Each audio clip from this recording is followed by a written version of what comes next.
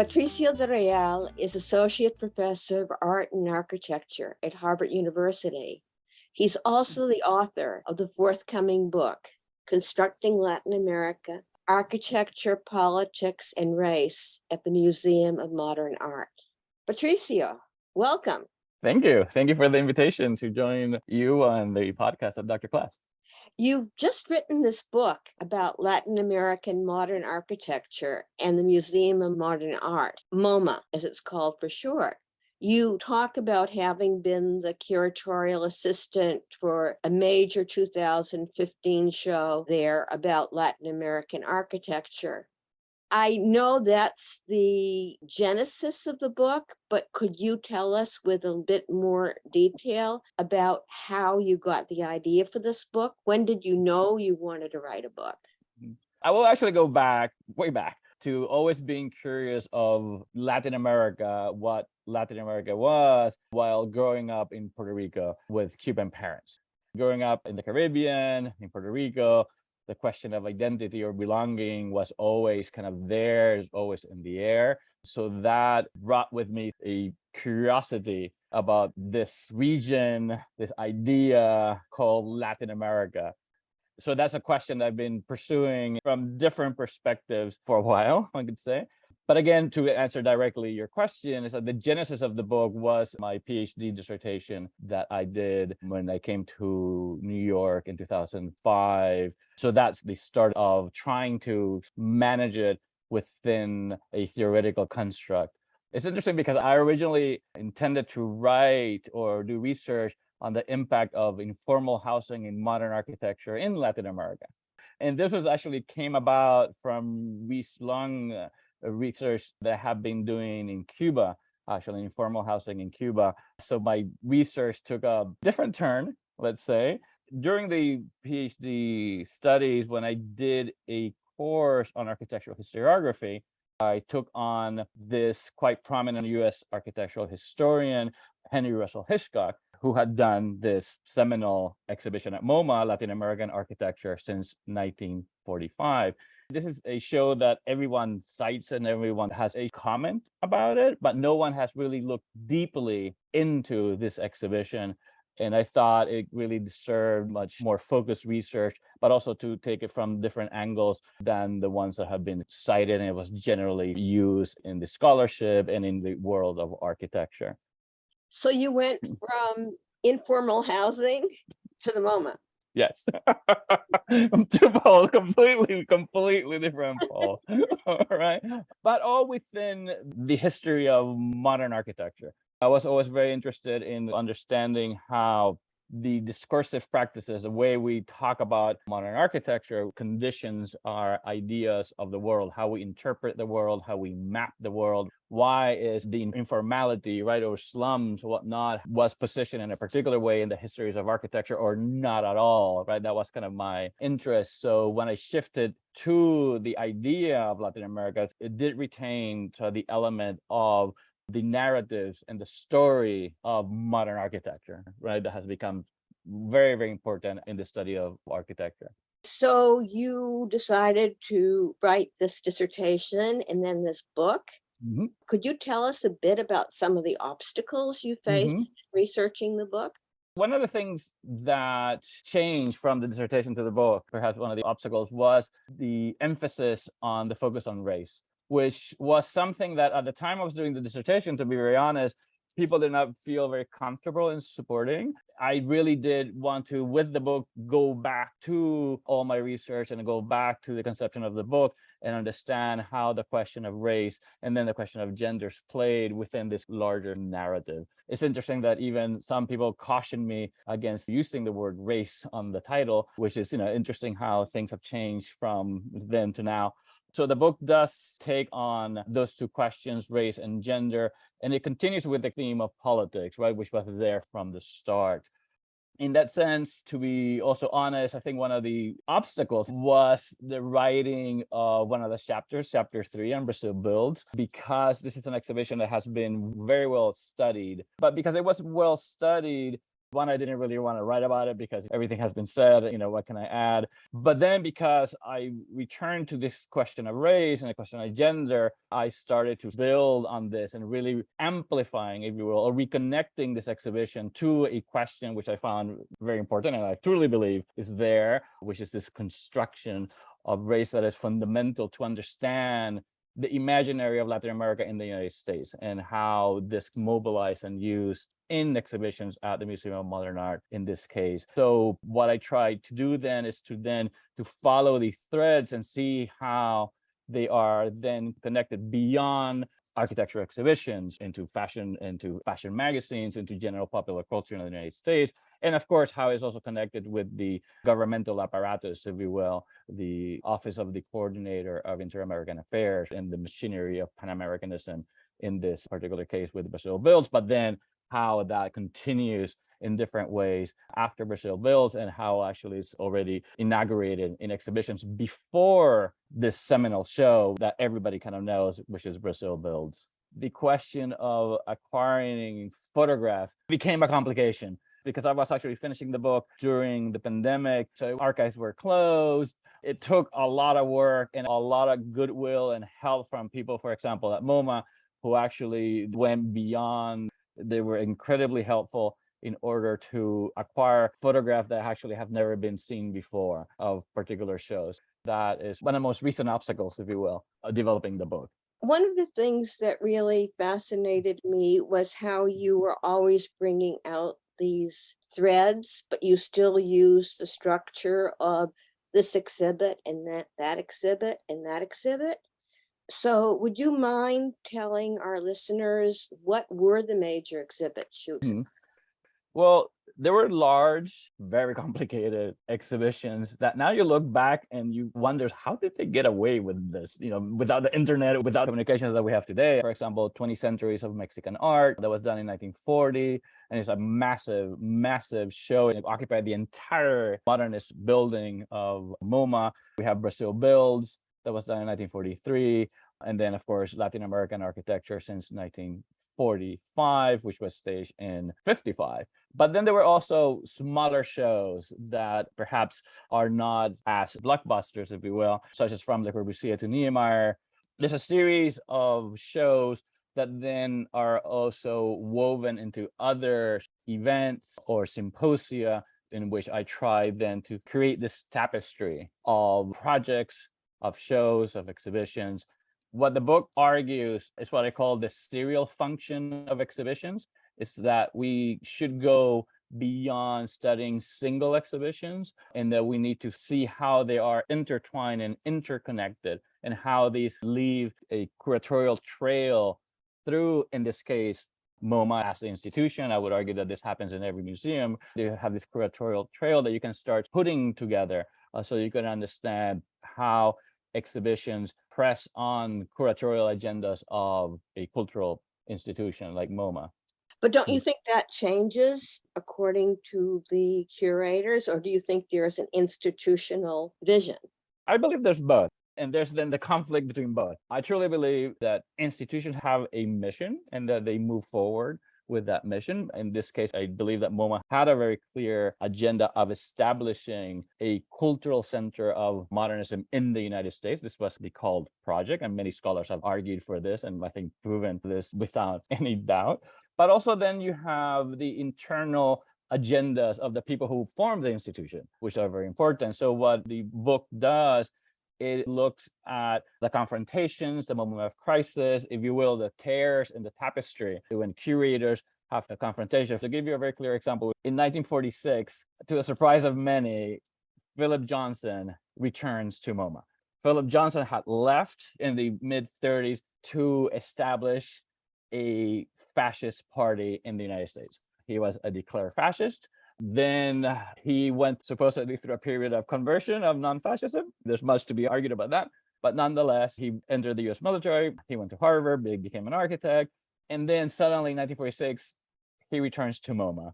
First, not officially as an advisor. And then in 49, he becomes a director again. So when he comes back, he is gung-ho to establish his agenda and starts to have confrontations with not only curators, but also some of the people who have long worked at the museum. It's very interesting because at this time, because of the war, a lot of the men have left either for the war front or for Washington, and then women are put in charge of many of the curatorial departments and their curatorial agendas. So when Philip Johnson comes back in 46, he has these confrontations with Elodie Corder. And Elodie Corder, who's a fascinating figure, she is the director, the head of the Department of Circulating Exhibitions since its inception in the early 30s. She is really the person responsible for MoMA's projection outside of New York. She's a fabulous figure, an incredible figure that deserves much, much, much more research on her.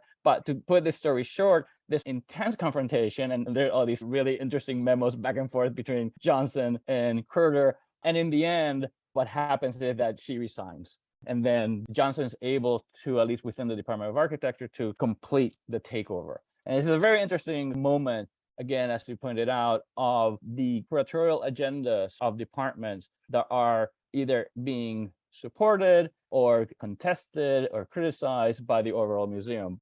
So we have these two institutional missions, and then who are the people who actually determine the institutional mission? It's a moment of great crisis at the museum, and this return of Philip Johnson, which is something that needs to be explored even further. It speaks to the volatility of the institution, but also the period itself. Speaking of gender, you had talked in the book of not just her, but of all these women who kind of took over MoMA and other museums. Even though you do mention some post-war women photographers and art critics, but I don't get a good sense from your book about what actually happened to women curators post-war at MoMA in particular and US museums in general. So what was the role of women in post-war cultural management? Well, the book focuses on the Museum of Modern Art, and then we could argue if this is a microcosm of the other cultural institutions in the United States or not. We could draw parallels, but I can only speak to this particular moment at MoMA. We do know that through the ranks, some brilliant women are able to rise through the ranks in the architectural department, like Elizabeth Mock, for example, very important figure that becomes director of the department. Until, again, this moment when the war ends, the men are coming back to occupy the positions that they used to have. And this is also why the return of Philip Johnson is very troubling in that way. I put this in the book, this very fascinating memorandum, a confidential memorandum to one of the advisors of Abby Aldrich Rockefeller on the amount of power that women had amassed in the museum because of the war.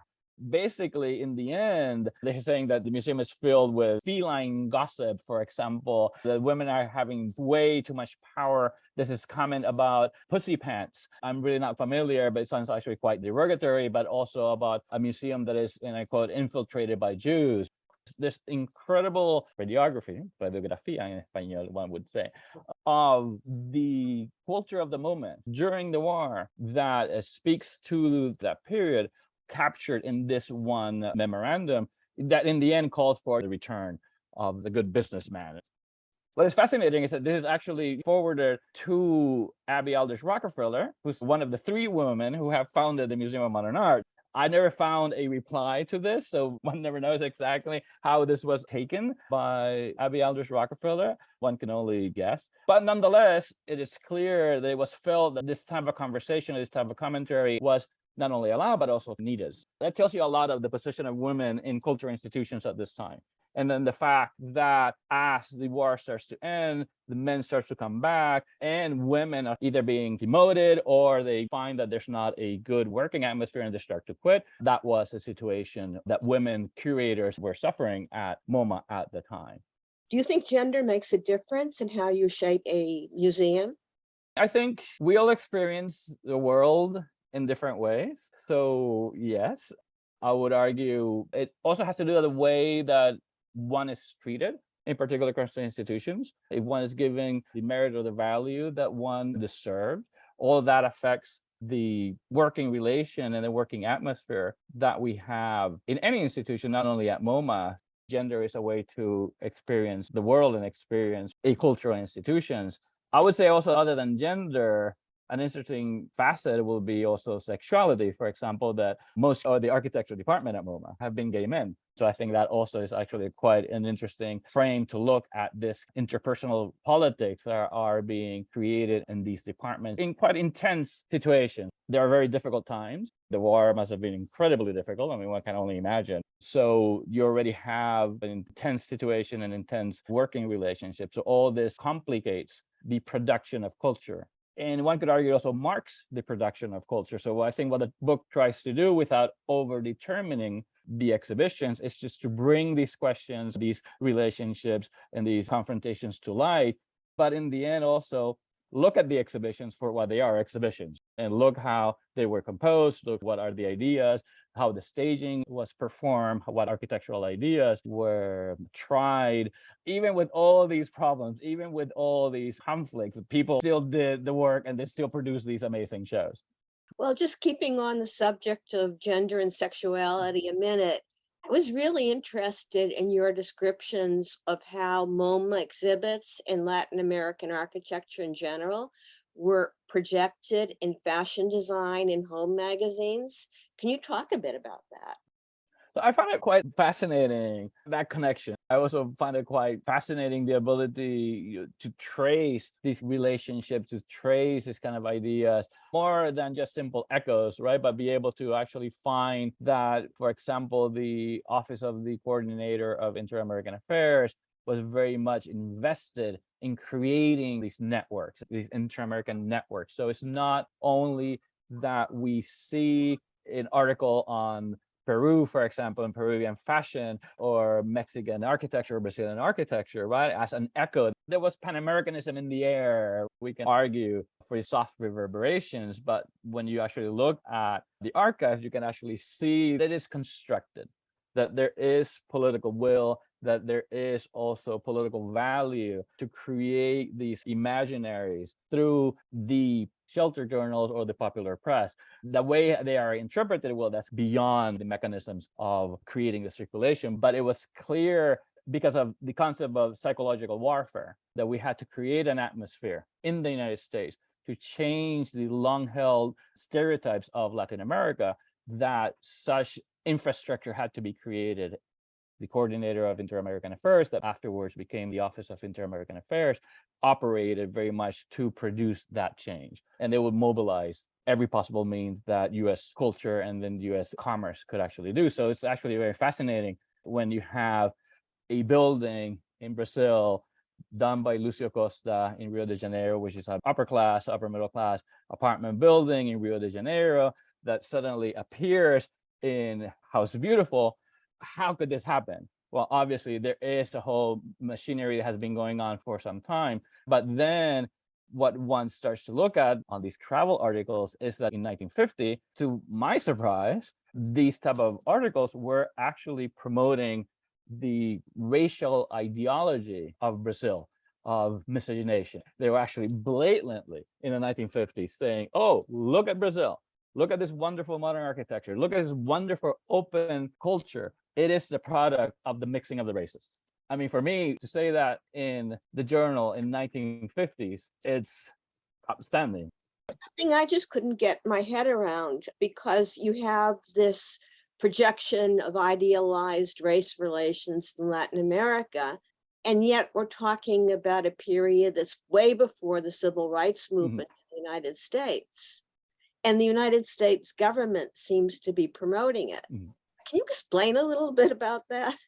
I can only point to the evidence that I found. How do we overall explain this bizarre mobilization? I think much more research has to do in relation to architecture culture and everyday culture. One of the aims of the book, what I wanted with the book, is to really start to build, at least as an example in relation to MoMA, this relation between the Americas.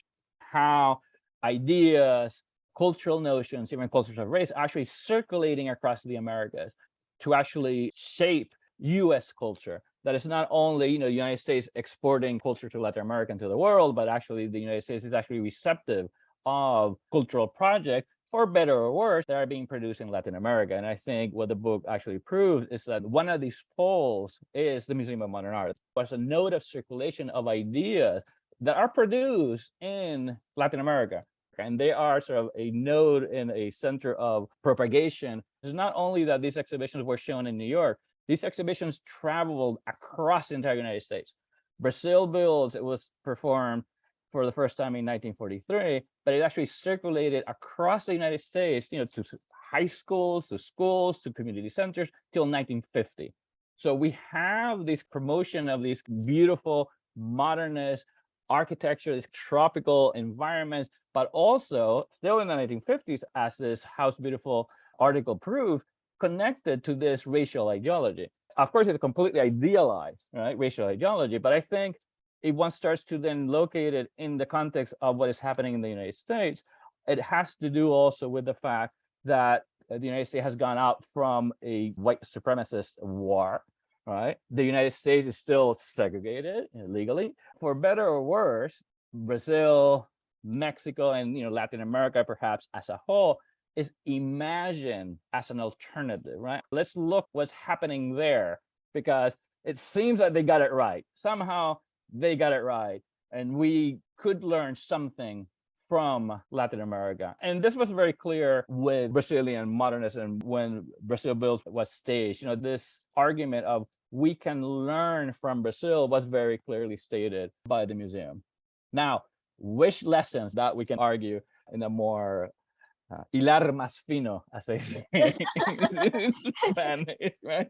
Well, when you're talking about which lessons, I'm also intrigued by this contradiction or tension between the projection of architecture as democracy by the US government in MOMA, sort of a modernizing transparency.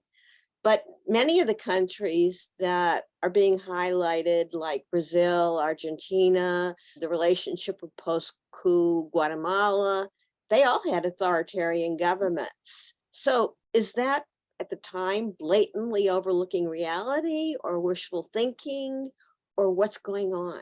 I believe that it's completely blatant overlooking reality, that is quite intentional, and that is not innocent. The fact that, again, Brazil Builds overlooks and completely recasts Vargas not as a dictator, like as a progressive presidency, that was crafted from the beginning. That was political need, absolutely. The fact, for example, that MoMA and Hitchcock in 1955 completely overlooked that there is a military government in Venezuela, in Caracas, right, that is actually advancing all these great modernist works. Now, that is completely erased.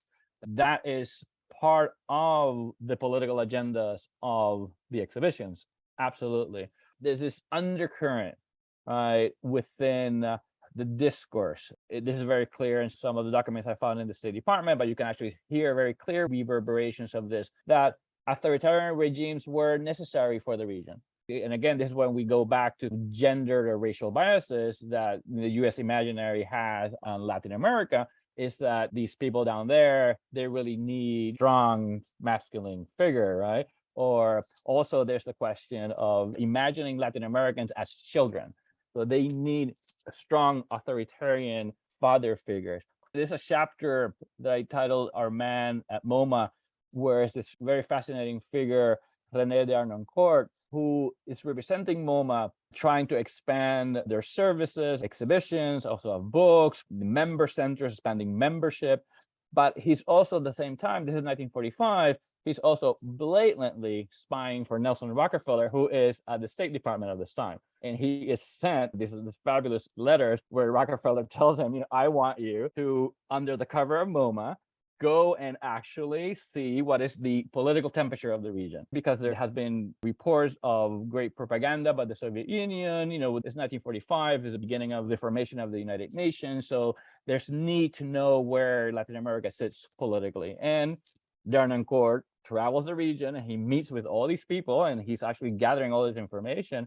And one of these conclusions, the rise of leftist idea, it was that there's really not to worry because, Latin Americans really cannot handle this kind of political ideology. Even the Soviets don't trust them because they're basically saying they're children playing at grown-up politics. So that should not be our concern. I think that's part of this instrumental and very obvious overlooking of the political realities and also the social realities of Latin American countries. It's also staggering that a person like Rene Dannercourt is able to travel the region and talk about the no need to worry about social upheaval without considering the actual state of societies in Latin America. Again, I think this is simply an instrumentalized view of Latin America for a particular gain.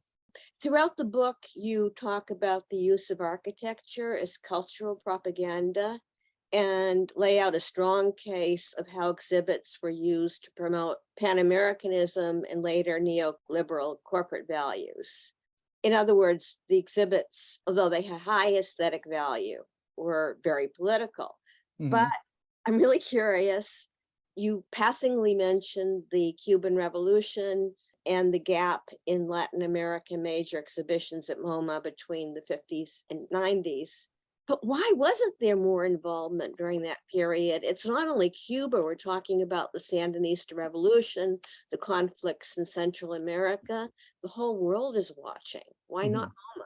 It's an interesting gap. In the conclusion of the book, I start to bring out other projects too, an attempt to create exhibitions that intersect in somehow Latin America. So I don't believe that they were not paying attention. I think people knew, at least architecturally. And again, I'm always speaking from the Department of Architecture and Design, right? Which is one department within a very complex sort of institution.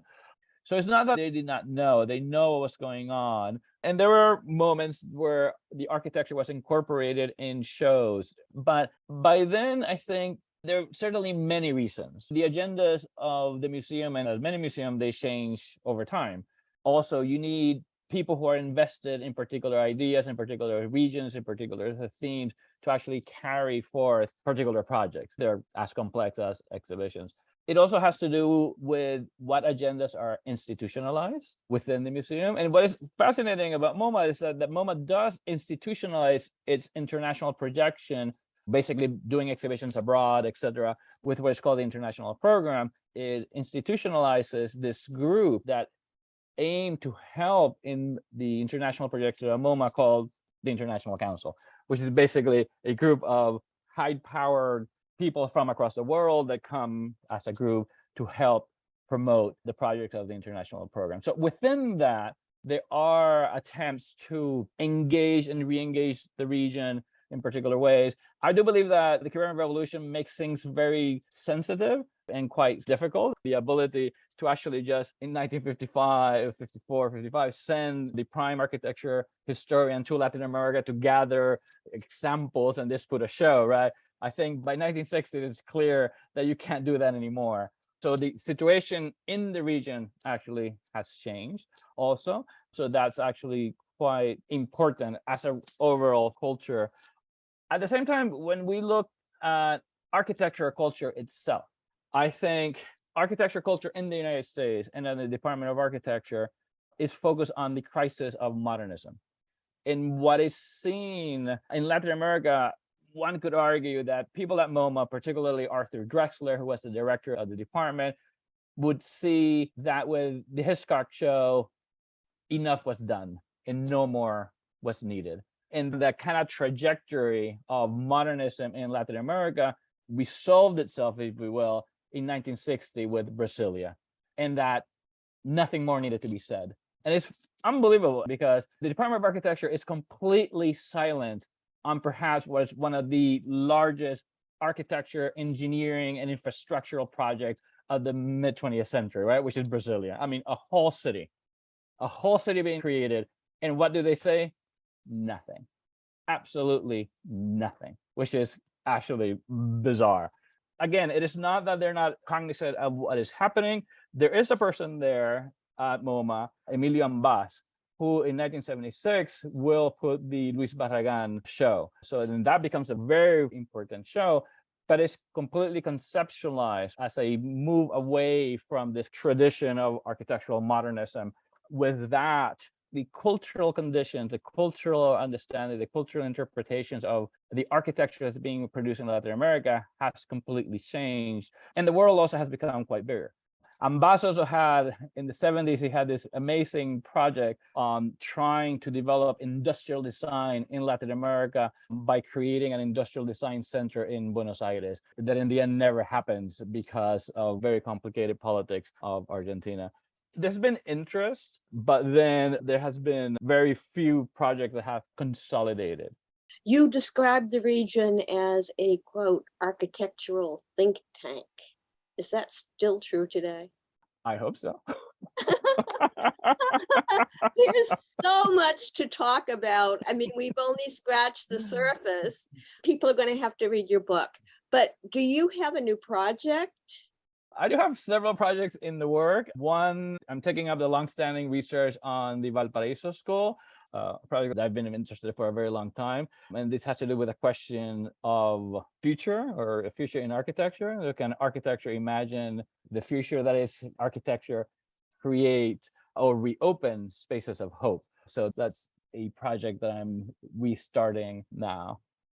That sounds fascinating. Anything else you'd like to add for our listeners? I hope that people have the chance to check out the book. We're planning a book launch in Cambridge with Dr. Class on October 4th. So maybe you can join us, and I hope to see you there, and I hope you enjoy the book. And thank you for inviting me to share these thoughts. You've been listening to Patricio del Real, Associate Professor of Art and Architecture at Harvard University. He's also the author of the forthcoming book, Constructing Latin America, Architecture, Politics, and Race at the Museum of Modern Art. Thank you for joining Faculty Voices, Patricio, and congratulations on your new book. Thank you so much.